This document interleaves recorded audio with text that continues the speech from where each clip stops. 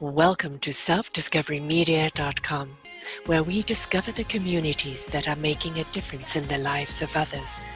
Our self-discovery is something we are all making on our life's journey. Here you will find the people that will be your guidance, that will be your inspiration, that will be there for you in support on your journey of life. Do enjoy. Our next show is... Good morning, good afternoon, and good evening, everybody. Welcome back to another edition of Raising Your Gifted Children right here on selfdiscoverymedia.com. I'm your host, Sarah Troy, and my guest, I pray I can get his name right, is Shemmassian. Did I do any honor there? Did I do it right? Shemmassian, yeah. Shemmassian. Thank you. There we go. Appreciate it. He has a wonderful program. It's like... He's 20 years, super smart administrative nerves have helped thousands of students get accepted into America's top colleges, medical schools, law schools, and unprecedented rates using his exclusive approach. And he would love to do whatever it takes to help your children achieve an education and their career goals. He is the founder of Shemmassian Academy Consulting and one of the world's foremost on medical school admissions, college admissions, and graduate school admissions. And for nearly 20 years, he and his team have helped thousands of students get into the school of their choice using the systemic proprietary approach. We're going to go right into it right here. Education is something that is the ticket to success. And if you don't have that right education, many doors are going to get closed to you. But getting into the right school and doing what you really love to do is always the ticket that we're looking for. So welcome to the show, first of all. Thanks for having me, Sarah. Appreciate it. What made you decide to go down this path? You've been doing it for 20 years. You don't look much older than 20 yourself, so you must have started this in kindergarten. So what made you see the need for a system that helped people get into the school of their choice or the school they needed to be in? Sure. Yeah. So it wasn't starting in kindergarten. Maybe it's, me being in California and drinking, I don't know, green smoothies or whatever. It agrees with you. Yeah. Maybe it helps. Maybe I don't drink it enough though. All right, cool. So as far as, how I got into this, it certainly wasn't something planned. It's, and I bring that up because I know a lot of the, folks that you've spoken with, Sarah, have, non-conventional paths to their careers and through their education and life. And I guess mine is similar. So I don't hear any kids telling me that they want to help people get into top colleges one day. I've never heard that as a career choice among, high schoolers. But my path was, a little bit interesting in that my parents immigrated to this country. And they had no idea how to pursue undergraduate education here, and what it takes to be successful with the admissions process. It's also very strange here in the States, where around a lot of the world, you take a test, and depending on how you do on that test, you get to go to school A or school B or school C. It also you also get a choice of certain careers, but not others. And America is very different in that you have to do all the academic work, but then you have to talk about yourself in an interesting way and share your qualities. It's a very American thing we take for granted here, right? It's our bias. And so I wanted to, go to a good college, but I went to a very small high school that was, basically all Armenian teachers. I went to a small Armenian high school, and so most of them hadn't gone to school in the States either. So it was a little bit of a blind leading the blind situation. And, for me to be successful with that process, I had to be self-taught and learn, okay, what does it take to go to great schools? And so I read everything I could, studied everything I could, and had my own success and was able to, go to Cornell, graduate from there, got tons of scholarships, didn't have any debt and stuff like that. And along the way, people were always asking me for help. They were saying, hey, how'd you get in? How'd you get all this money? How'd you do all this? And so just started helping people. I was like, oh, here, let me show you. And then they were getting in, and then they were telling other people. And I just developed a great interest in this. I think initially it was driven out of self-interest, but there was also sort of an interest in like what's behind the curtain, right? I felt like, growing up with educator parents, solidly middle class, I was like, there's something else, right? There's something that others know that I don't, and all this kind of stuff. And so by having my own success and helping other people and developing a passion for, helping people develop or, pursue the education and careers they wanted, I said, you know what, I really enjoy this. I think I'm good at it, and that people are finding great value in it. And then, I had caught a bit of an entrepreneurial bug too, so I was like, I'll start it a little bit on the side or whatever. So it wasn't like, it's not like I went into this at all thinking, oh, I'll have a consultancy where I'll help, all these different students. It just sort of grew organically, and as much as I tried to pursue other things, it always kept calling me, and here I am today, and haven't really looked back. What did you actually study?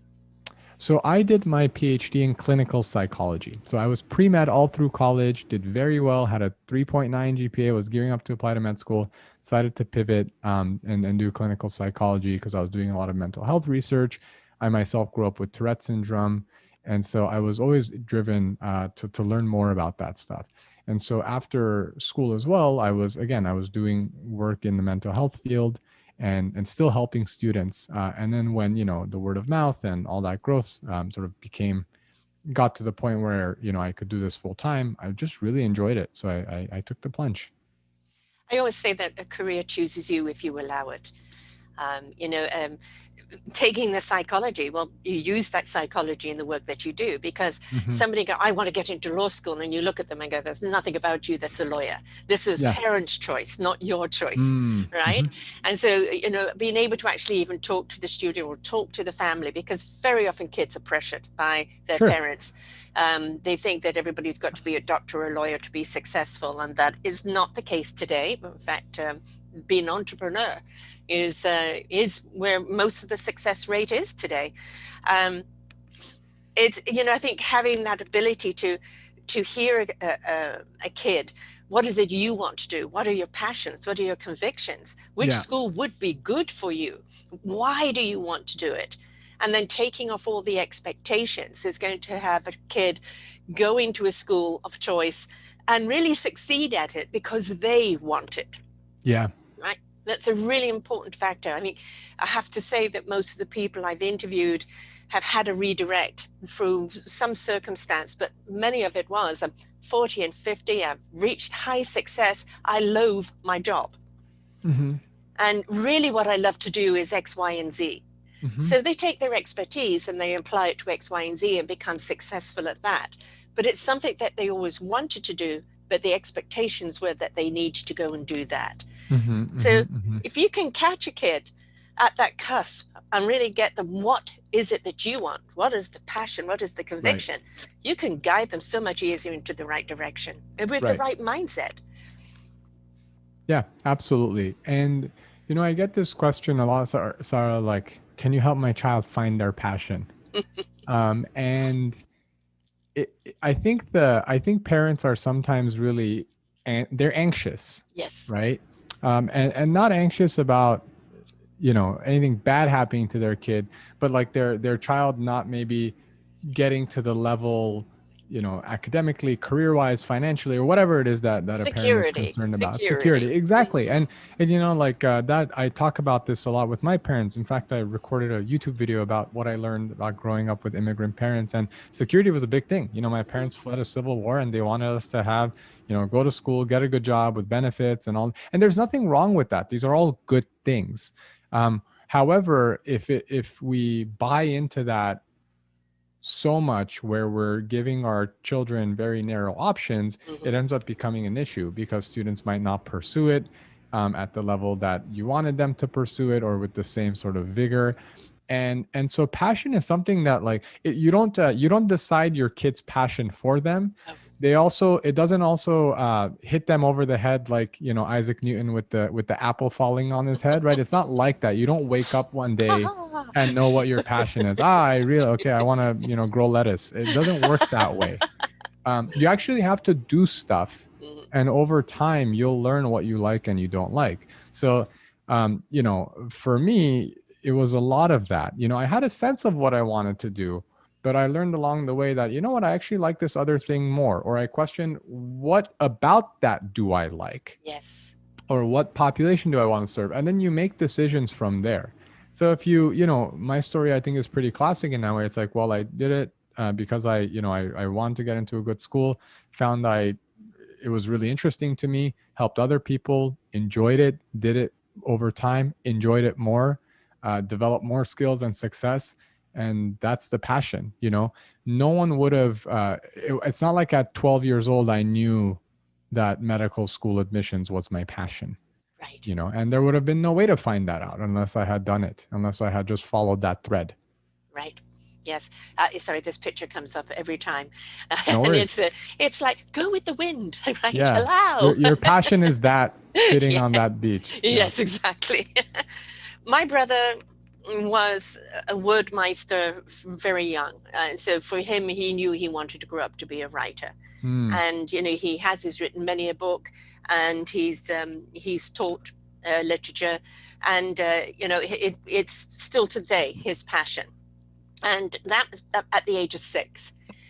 With me, I was a very sickly child. So I wasn't even expected to finish school, never mind go to anything. It was like, hope she makes a good marriage. That was the only expectation that they had on me. But my passion was people, and just a sense of knowingness. It was always a spiritual knowingness of what people needed to know when they needed to know it. I was a channeler.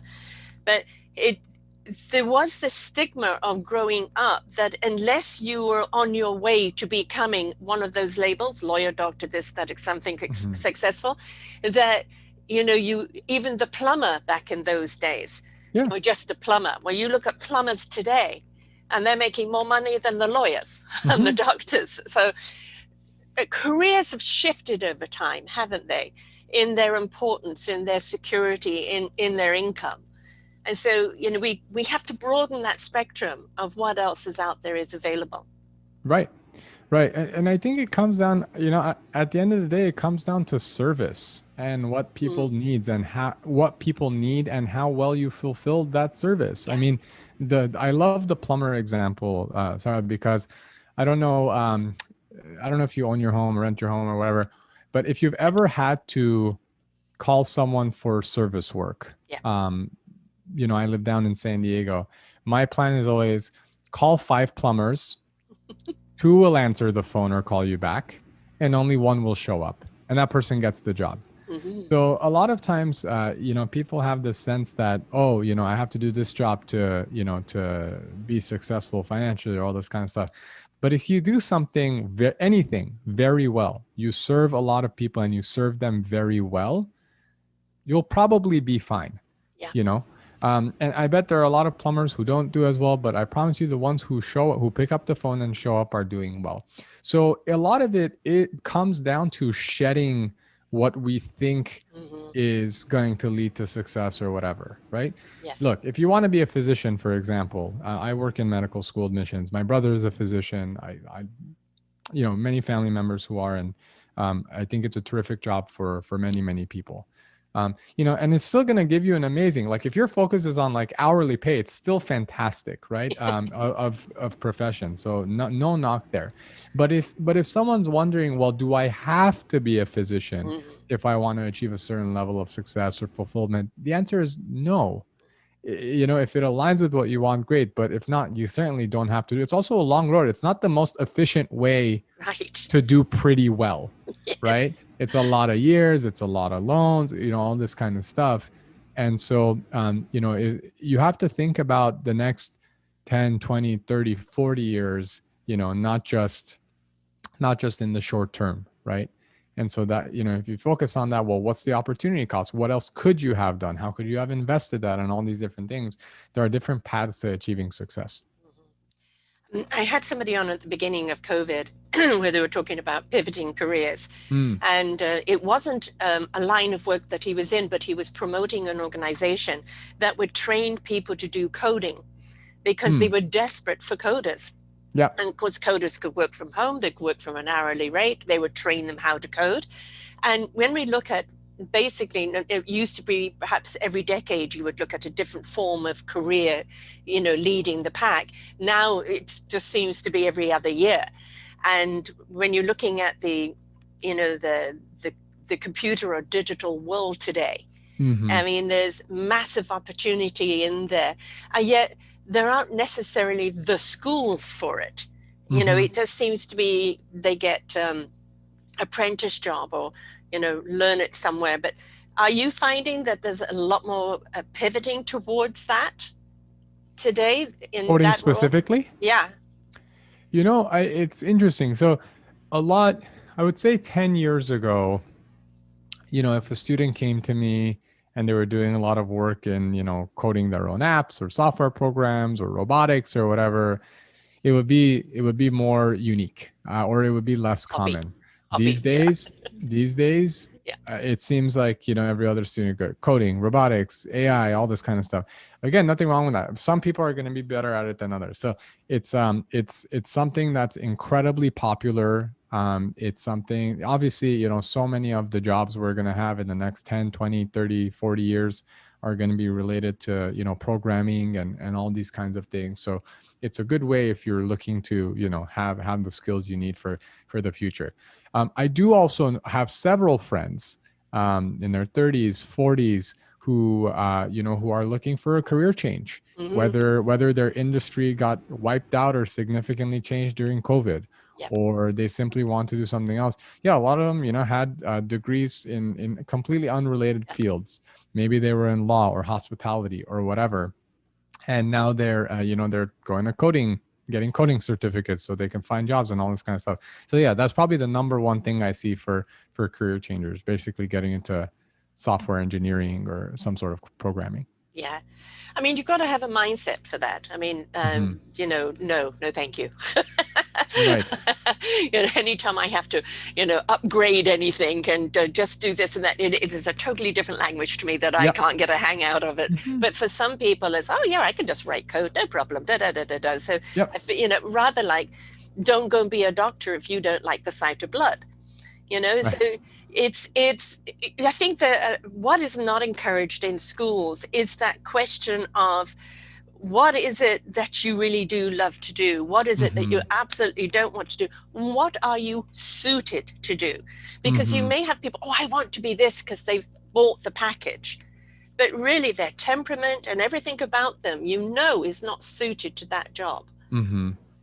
Yep, absolutely. So it varies from student to student. You have to, if a student, one of the questions I like to ask is, what would you do on a Saturday if you had nothing else to do? Mm, And if someone's like, well, I want to work on this program and all this kind of stuff, that's a very different thing than someone who says, well, I just want to go do bird photography or something like that. Not that what you want to do on a Saturday, if you could do anything, should determine your career choice. But sometimes you hear, if something's lower on the list, yes.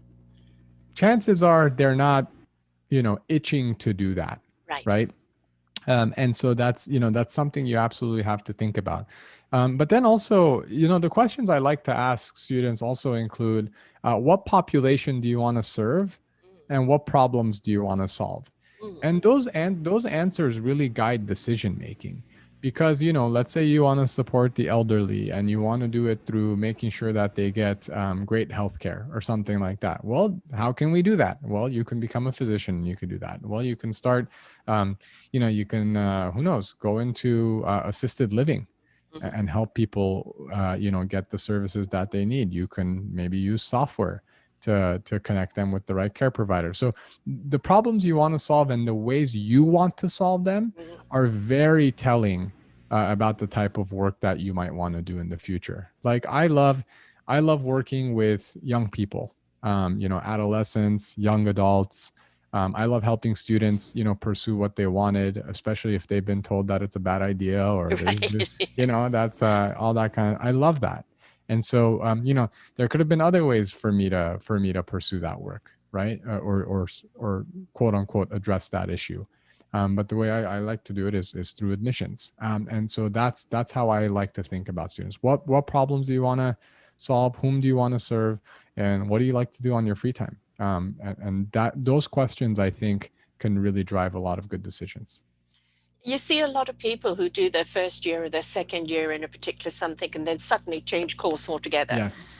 And that is, we've got to remember they need some life experience. I Yes. personally would say to every kid, If you are not absolutely, determined, I'm going to do this, this is my passion, this is what I want to do, then you can go straight to college if you want to. But, if you aren't sure, go and take a life of living.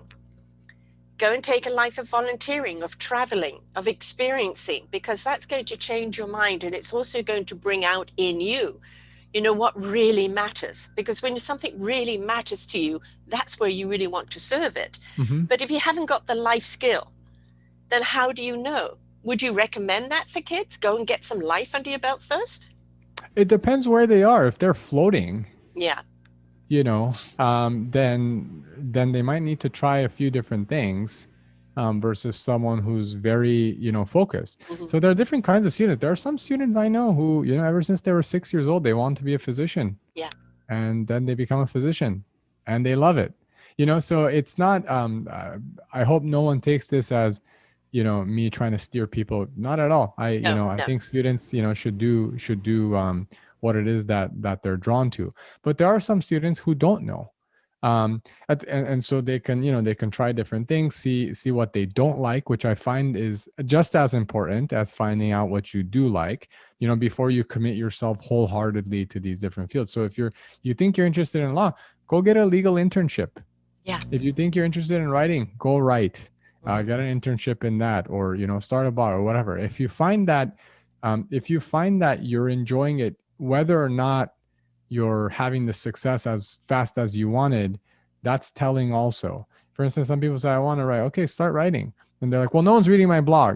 And if you're getting frustrated and you don't want to do it anymore because of that, then you probably shouldn't be a writer. Right. Because there will be hard times in everything that you do. Not your career won't shape up the way you necessarily thought it would, but if you're committed to that endeavor, then you'll like it. So if you're completely unclear, then sure, go travel, go figure out, what it is that you like. Maybe you develop an interest while you're just in your own head, walking somewhere else. It's like, why do some of our best ideas come in the shower? It's Yes. because we unplug for a second and let our subconscious take over. And when you're traveling, I think, and you're present, you're in the moment and stuff like that, things can hit you. And it doesn't require travel, but just having some unstructured time to think and reflect really helps. And I think also the volunteering, Mm-hmm. if there is something that is a cause for you, or something you don't think is right, Mm-hmm. then how can you, while you're at school, go and volunteer? Mm-hmm. You will find out if this is the avenue you want to be in. B, you will find out in which way to serve. Mm-hmm. What are the needs of that avenue, and what is it about you that could bring that? Then you can go to school to get the proper training so you can truly help them. Sure. But that clarification there, so it's not like, well, I'm in my last year of 12th grade and I've got to apply to colleges now, I guess I'll just do this. Yeah. It's expensive, right? In college isn't about parties. And especially the parties now, for the next couple of years, we're not going to see that kind of partying that used to be, not with COVID still around. But a lot of people do kind of look at the college years as, oh, this is party time, this is fun time. And they don't really take it seriously, do they? Yeah, it varies. I think that some students who haven't developed clarity about what it is that they want to do might do their floating in college, Yes. Right?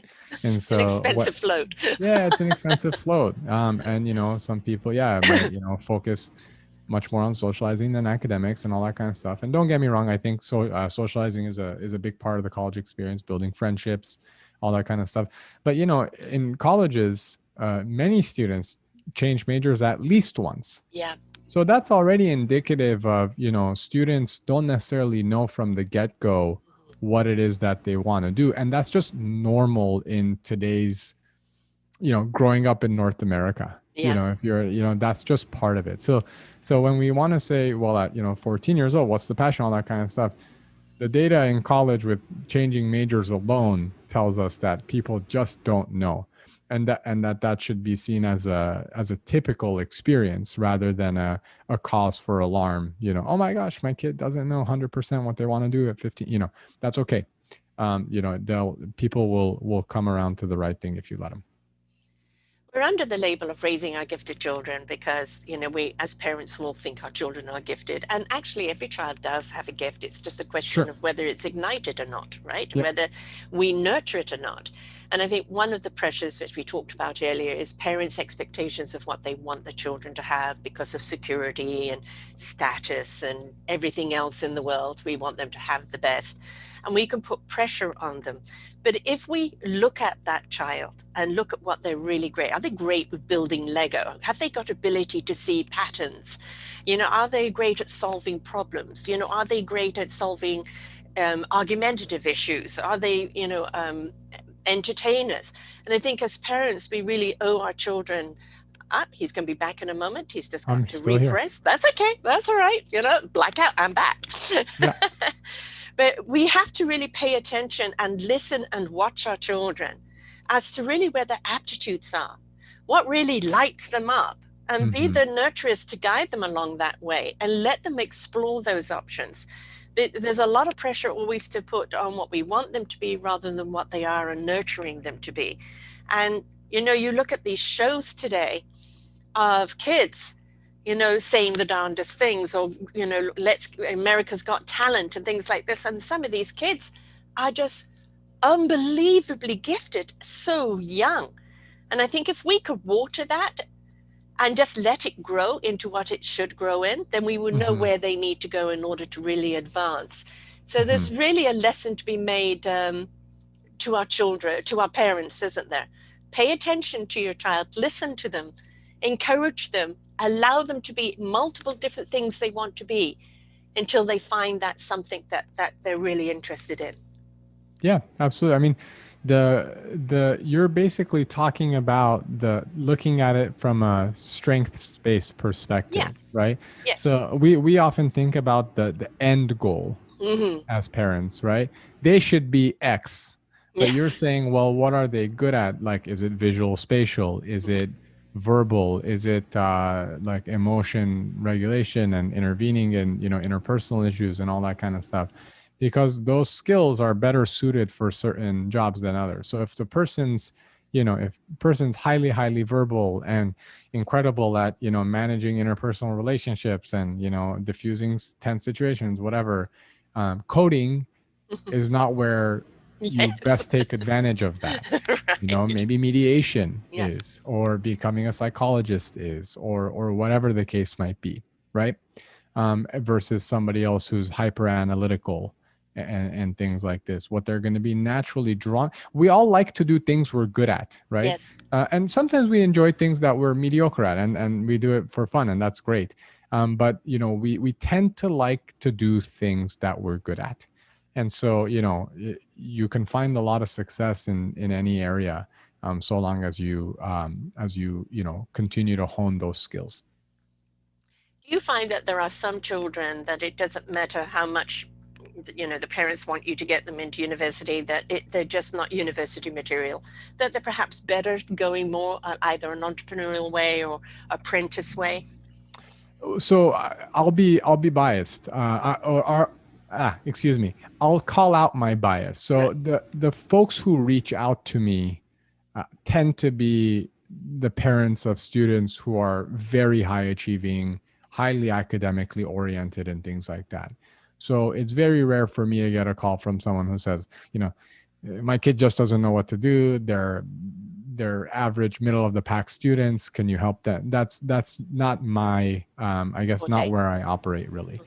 So I'll call out my bias. Now, are there students that I believe, have a good mind for business? They're highly reliable, good with their hands, might be better served in a certain vocation, like being a plumber and being an entrepreneur in that sense. Absolutely. There are those students. Those aren't the students who come to me, right? I'll just put that out there.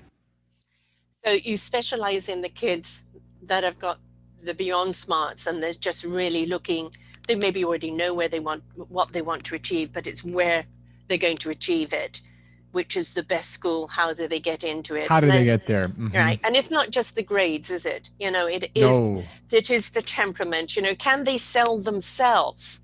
Yep. To the administrators, because it's not just a question, a lot of people have that good grade thing. You're in competition with a lot of people, but Hmm. they're always looking maybe more for the go-getters or the people that Yep. are more self-driven Hmm. rather than the people that need to be pulled out. Yep. Yeah. The thing is, like, we're talking about gifted students, and, it's sometimes we forget in our daily lives just how many of those people Mm-hmm. there are, because we're in our own bubbles Yeah. always. So if I go to a high school and let's say, I don't know, let's say I'm in the Bay Area in California, and I go to a great high school, my child's in the top 5% of their class. And so now it's like, well, now I expect my kid to go to Princeton or Northwestern or all these kinds of places. Well, they're in the top 5% of their one school Mm-hmm. in that region, and they're being compared to other students who are at that level across the country. Mm-hmm. So, when you look at it, yes, percentage wise, there are very few students who are high achieving at that level. But from a total number standpoint, there are tens of thousands of Mm-hmm. them every year across the country. And so you realize very quickly, you know, it's the people you're competing against when you're at that level are of a certain ilk, right? You're Yes. not competing with all the students in the country, you're competing with all of the best students. And across the country, given our population, there's a non trivial number of those people. So grades are not enough, being smart is not enough. I think that sometimes when students do very well in their home school, they've always been in the top whatever percent of their class. We just assume they're going to, achieve at that level no matter what. Well, if you put all the top 5 percenters in the same school, most of those people by definition aren't going to be top 5 percenters anymore. Right. Right. Right. And I think that's hard for people to get, Mm-hmm. because every year we read these statistics are about, admissions rates at top schools, and they get lower and lower and they freak us out. Except at the end of the day, you'll see a, Stanford acceptance rate less than 5%. We think, boy, that's hard. And then we're shocked when it happens to us, Mm-hmm. which is funny from a logical perspective, but emotionally it's hard, because you'll never, even though it's much more likely you will get rejected, you never think you're part of the 96%. You think you're part of the 4%. Right. Otherwise you wouldn't apply. And that part of that is good. You Have have that to mentality. believe that, because you Mm-hmm. have to go for it. And I love that. But I just pointed out because, it's an emotional process for people. And sometimes we try to distill it into grades, test scores, percentiles, all these kinds of things. But we have to develop the leadership skills, the qualities to write about it in these essays, to understand, okay, what do these schools mean to me? Is it just the education? No, it's not. It means we've made it. This idea of security and going to the best place so then you can get the best job and be in the best financial situation. It starts early. Yeah. And that's why we think about college admissions so much, right? We want to make sure that we're planting the right, putting our kids in the best possible position to succeed. And we think it's purely academic, but it's highly emotional. It tells us as parents, we raised them well. Our kid's going to be okay because they got into X, Y, and Z. And sometimes, if that doesn't happen, or they get into a great school but not the number one school on their list, it's disappointing because it's not what you envisioned for them and for your quote unquote clan. you know so it's a really interesting, I think, dynamic. What about somebody who hasn't got the funding to get in there? They need that scholarship. Is there some penalization against kids like that? And as you said, the elite, they're only going to take people with money and families with money. Is that stigma still there? Or, if somebody's really smart that doesn't come from money, do they have an equal opportunity? More so now than ever before, Oh, good. to be quite honest. So, when you look at top schools, they have higher endowments and they're more generous than ever.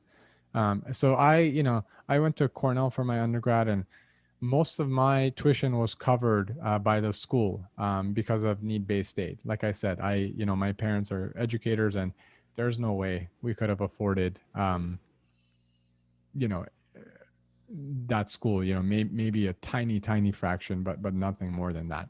And so the top schools, like all the Ivy League schools, they don't actually provide any merit-based data anymore, because the students they admit are so good. Who do you give it to? Right. And so it's become fully need-based. And so if you're a student who, whose family makes below a certain amount a year, you're in the best position ever from a financial standpoint of, getting aid from these schools. So I always encourage families to, use these net price calculators and see what their family is going to be expected to contribute, because sometimes families don't apply to certain schools because they think they won't be able to pay for them, except some of the schools they're most worried about are also the most generous. Mm, And so you have to do your homework. right. And obviously, if you're very well off, you don't care. None of this matters to you. You pay full price. And then you have the families who are, middle class or upper, especially upper middle class, who do pretty well. But if your family makes 200,000 a year, 250,000 a year, especially when you consider taxes and stuff, Yes. it's not easy to afford $60,000 a year for tuition and room and board. That's such a humongous chunk of your family's earnings. And so you have to be mindful about where to send your kids. Yeah, and nobody really wants to start their career off in anything with a massive student loan debt. Mhm. And I've known so many people back in the day that they were in their 30s starting a family, wanting to buy a home, but they still had the student loan debt Yeah. that they had to pay off. And Hmm. it just, got in the way of living. So yeah, is there more relief on that nowadays? Are we seeing kind of more leniency, or is it still the same? It's pretty tough. I mean, Mm, student loan debt is at at or near all-time highs, and it's it's can be crippling. For a lot of folks, especially in the states. And I know that in the government they're always talking about how to for how much to forgive, whether to forgive, how do we have these repayment programs, can companies help provide benefits to pay down student loans, and there are all these kinds of things, but it does impact your decisions later on, yes. what career you have to pursue to pay this stuff off, where to live, Hmm. all these kinds of things. And it's unfortunate if it impacts you at that level, because then it's getting in the way of your major life choices, right? And so you have to ask yourself, how important are different things to you? How important is this career? If it means it's going to come at this loan rate, when would you be able to pay that back, and so on and so forth. Yeah, my daughter went back to school actually at the age of 27. Mm, She finally really decided what she wanted to do, which was social work. And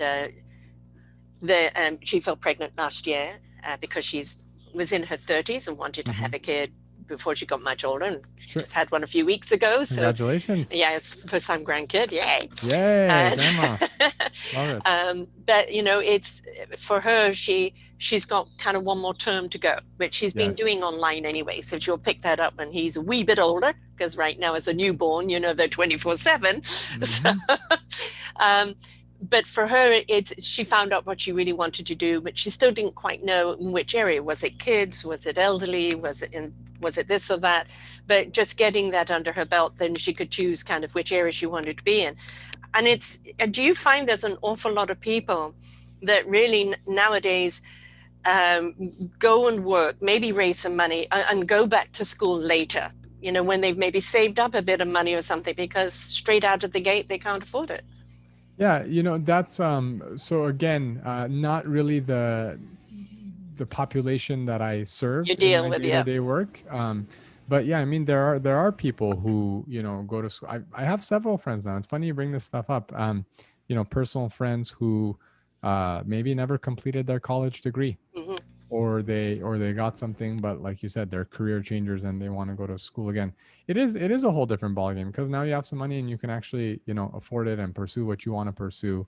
And yeah, there's no one path to get to where you want to be. So along the way, always evaluate, think about what I want to do, how I want to do it, and that never ends. It's not like, let's say, we keep talking about being a doctor. Even being a doctor, right? Like, you can change the setting you work in. You can Yes, think about whether you want to join a hospital, do your private practice, do teaching, whatever. So it's not like once you get that degree, you're stuck. the book closes Yeah, or you're stuck or yeah. whatever. There's so much variance and there's so much flexibility within fields as well. Right. Do you find that even though that these kids are smart, that you're getting into college, that they're about to get into a world that is highly pressured, Mm, right? And it's long hours, it's massive amount of studying. Um, very often they may be on a budget of just noodles. Yes, we hear all the time students just eating yes, noodles, just um, noodles. and it requires and can be extremely competitive, and that process that you put them through. Are you looking, especially with your psychology degree, to see who could really take the pressure? Because it can really break some people, can't it? Doesn't matter how smart they are.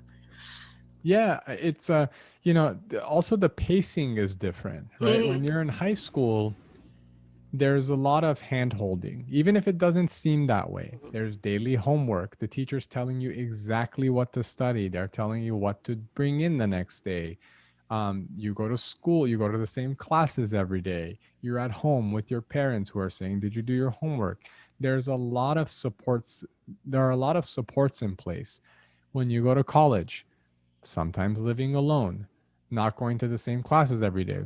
Some classes don't have homework until the paper or the midterm. And so you have to build good habits where you're studying every day even if you don't have homework. mhm. You have to stay on top of that stuff even if there's no specific assignment.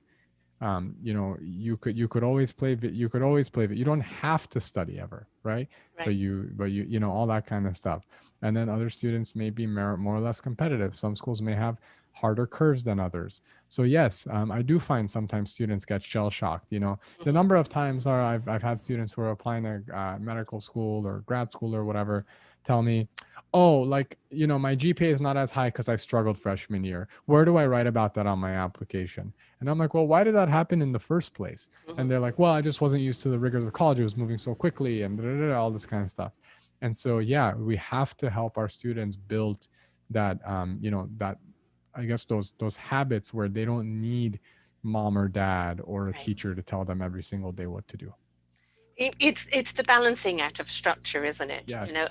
In which they also need to make sure they do have at least a day to play, because if they don't, Mm-hmm. then they're not maturing psychologically, socially. And that Right. playtime or that relief time or exercise time or time for themselves is just as important as their work time, because otherwise they become resentful of their studies. Yep. Yep. Totally. Which that Got to balance build is that in. something you need to take into your life as well.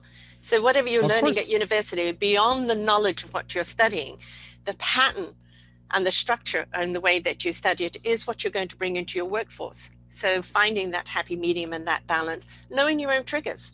Like, I'm Correct. not going to take anything in today because I'm saturated. I need to download, I need to Mm-hmm. switch off so that I can have a clearer head, and Yep. learning about yourself that way. But that comes through trial and tribulation, doesn't it? Yep, absolutely, absolutely. You have to build those habits early. I'm not gonna be one to say I'm perfect at building balance into it. Not at all. Sometimes I work too much, right? Yes. And so those are things that I have to be mindful of as well, especially as I become a father myself. And it's not just play; it's also making sure to devote enough time to my family and my loved Yes. ones and all those kinds of things. So it's a dance that all of us have to go through, even as adults, young adults, older adults. And so we have to help build those skills and those perspective in our kids. Yeah. What's the process that you take a kid through? How does someone approach you, and how do you assess, what they're ready for, or what, if they're ready for it? Yeah, it's an ongoing thing. So I mean, at the start, when family contacts me for support, And what they'll age should ask. that be? What grade should that be? Oh, as early as the latter half of eighth grade, really. As you're heading into high school, because the earlier you start, the more we can explore, the more time we have to develop experiences. The later you start, the less influence, because Mm, so much has been done and we have little time left. All we can do is help with the applications, maybe. right.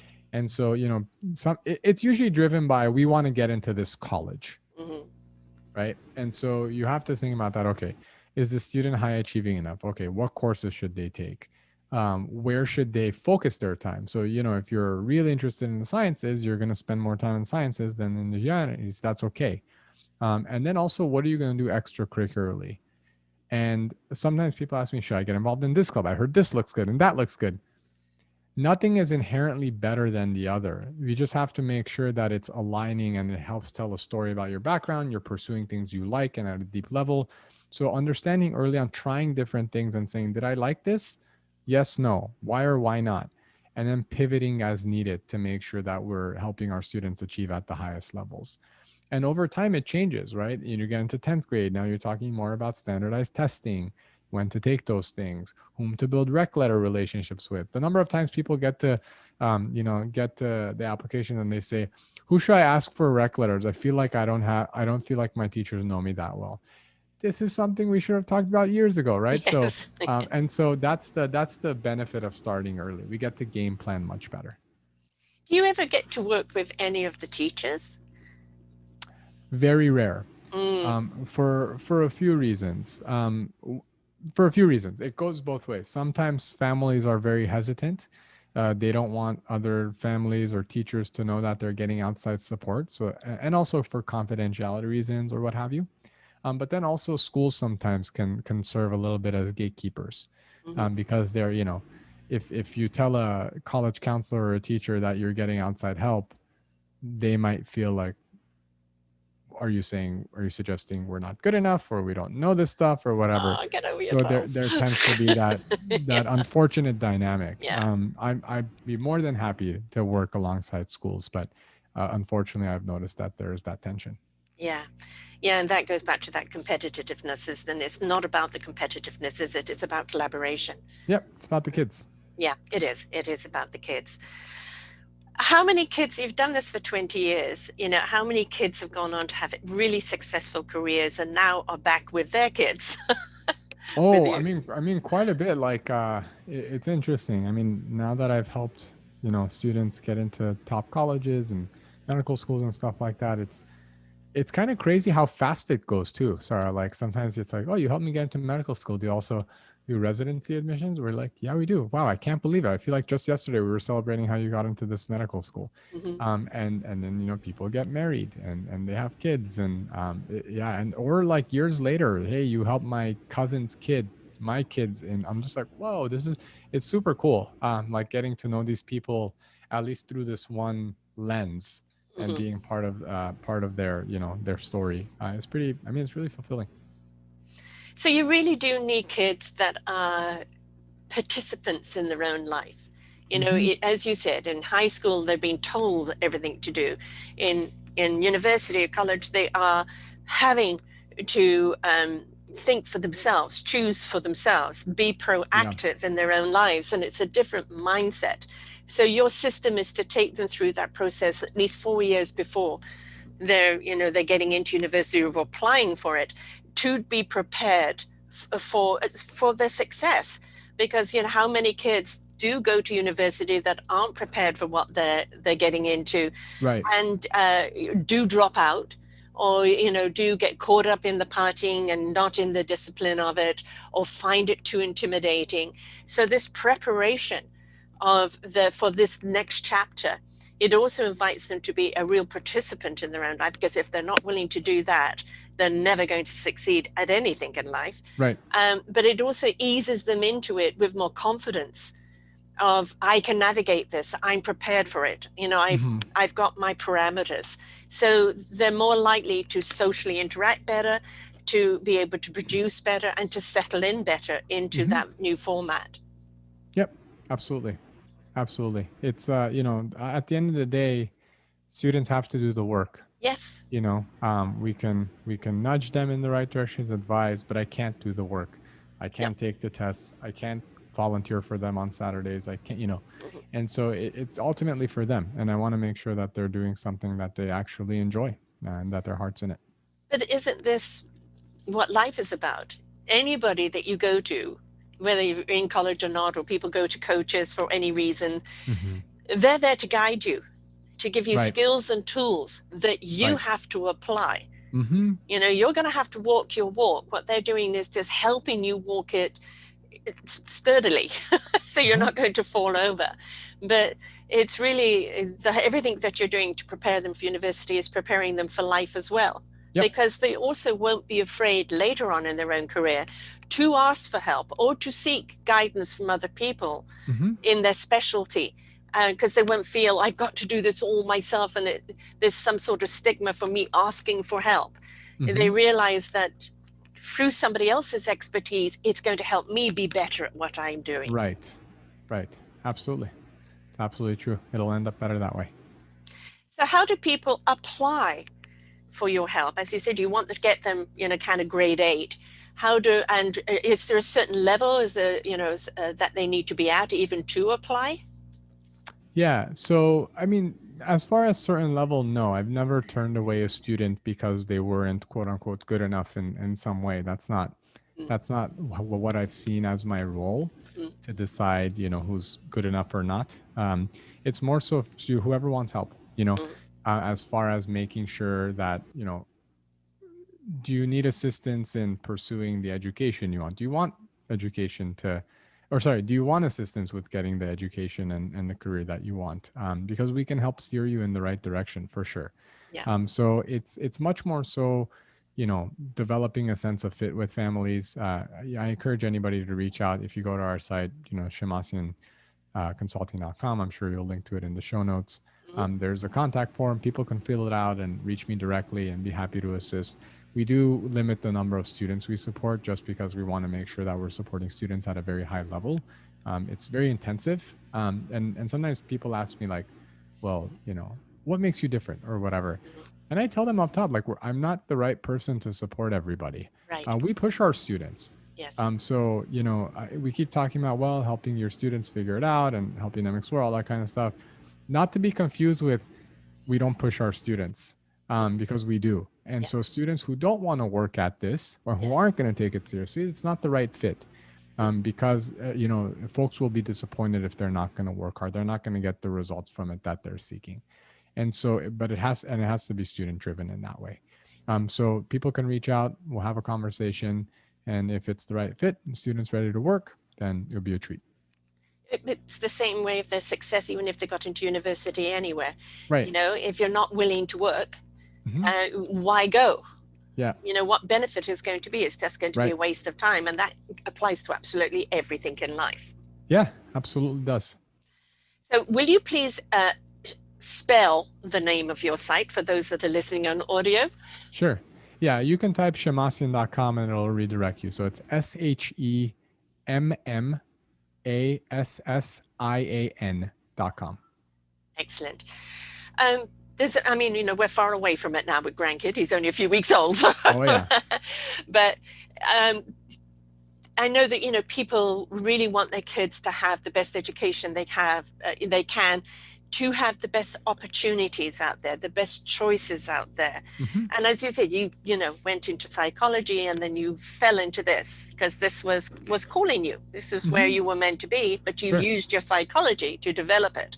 So nothing is wasted if you start with one thing and you pivot to another. Sure. Right? Because you're always going to take what you've learned forward with you, right? No regrets. But it's the more you're prepared for things in life, anything in life, the better you're going to be able to handle it. So preparing the kids for college, the right mentality, the discipline, the structure, the abilities, getting to know themselves and how to present themselves, which is not something that's necessarily been encouraged thus far. They're taking ownership of themselves and their future. So it's a great platform to give them to start their lives with, because university is one thing. That's when they're out there kind of learning to be independent. As I said, no more mom and dad saying, have you done your homework? That's right. Right. And but it also then becomes that wonderful structure that they'll take for them for anything in life and be successful at anything if they apply it. So thank you for following your calling. Appreciate and it. Putting this together, because it is the trickle down effect. When we do have these people being successful in whatever area they're in, they're more likely to motivate other people in their lives because they understand what that structure is all about. For sure. For sure. Well, thank you so much for being with us here today and sharing this and for following your calling. And so if there are anybody out there that's got their kid in America in grade 6 or 7, check them out, because maybe this is a platform that you want to go and you want to investigate it. And it's never too early for you to start the process, ready for you to take on the process for them to have the right process to go to university with. So thanks so much for sharing with us today. Thank you so much for having me, Sarah. This was such a pleasure. Appreciate it. Thank you. Until next time, folks, bye for now. We hope that you enjoyed the show. You will hear many, many shows here on selfdiscoverymedia.com. We have new shows for you out every week. Just find them on our podcast or What's New. If you feel that you have something to share that makes a difference in the lives of others, or you too feel that you could be a host, please contact me at info@selfdiscoverymedia.com and we will be glad to speak with you. Have a wonderful day.